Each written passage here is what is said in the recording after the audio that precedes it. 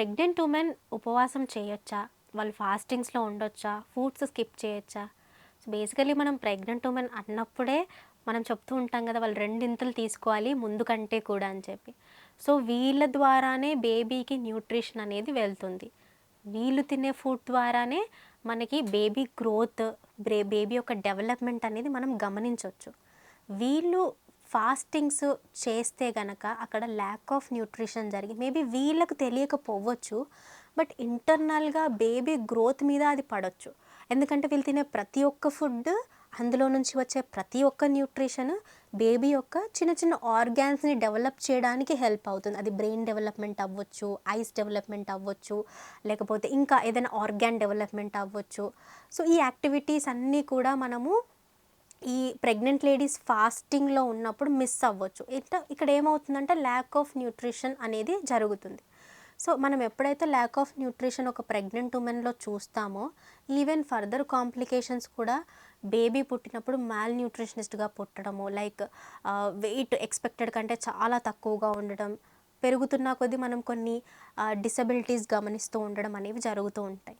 So, listen to your body, but fasting అనేది prefer చేయకుండా, fasting మీద వెళ్ళకుండా, మీకు ఒకవేళ తినాలనిపించకపోతే, because we really understand pregnant లేడీస్‌కి ఒక్కొక్కసారి ఒక్కొక్క మూడ్ ఉంటుంది. మూడ్ స్వింగ్స్ ఎక్కువ ఈ కండిషన్‌లో. ఒక్కొక్కసారి క్రేవింగ్స్ ఉంటాయి. ఒక్కొక్కసారి అస్సలేమి తినాలనిపించదు.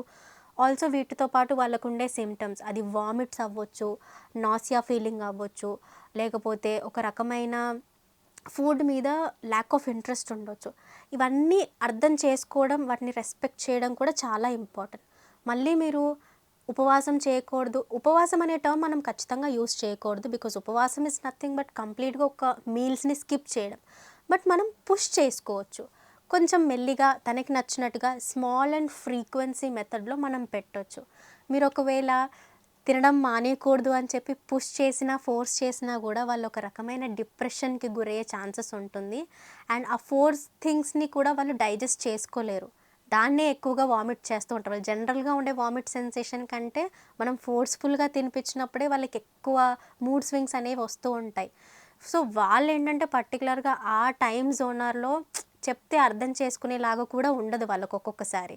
So, respect their feelings, but అర్థమయ్యేలాగా చెప్పి, వాళ్ళకి ఒకవేళ తినాలని లేకపోతే కంపల్సరీ ఏంటంటే అట్లీస్ట్ ఆ టైంకి ఒక చిన్న మీల్, ఒక చిన్న ఫ్రూట్, లేదా అట్లీస్ట్ కొంచెం గ్యాప్ ఇచ్చి మెల్లిగా ఒక స్మాల్ అండ్ ఫ్రీక్వెన్సీలో మీల్ని స్ప్లిట్ చేసినా కూడా అది వాళ్ళకి హెల్ప్ అవుతుంది. కానీ కంప్లీట్‌గా ఫాస్టింగ్‌లో పెట్టాలి లేదా ఫాస్టింగ్‌లో ఉండాలి అనే ఆలోచన మాత్రం మానుకుంటేనే చాలా వరకు బెటర్ బేబీ గ్రోత్ కోసం.